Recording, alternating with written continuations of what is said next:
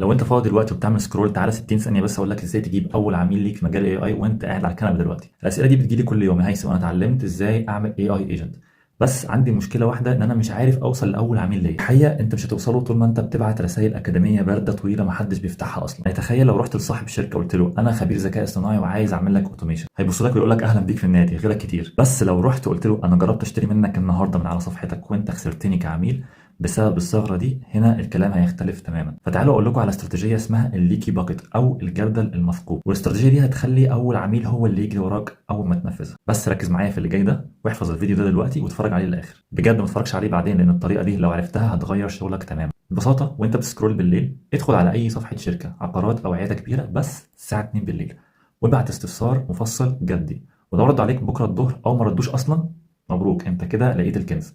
خد سكرين شوت للرد المتاخر ده وابعت لصاحب الشركه المسج دي: انا كنت عايز اشتري بس ردكم متاخر خلاني اشوف منافس ليك، وانا لاحظت ان الثغره دي بتصرف فلوس من شركتك وعملت لك حل بسيط فوري تحب تشوفه. طبعا الحل هو ايه؟ هو الاي اي ايجنت اللي انت اوريدي بنيته، موظف ذكي بيرد في ثانيه، بيبيع وبيحجز مواعيد وكل ده وانت نايم. الفرق هنا ان انت بعت للعميل مضاد حيوي الوجع هو حاسس بيه دلوقتي، مش تكنولوجيا هو مش فاهمها. فجرب تكلم 5 شركات النهارده، ولو عايز تعرف طرق اكتر تدور بيها على عملاء اتاكد انك عامل لي فولو.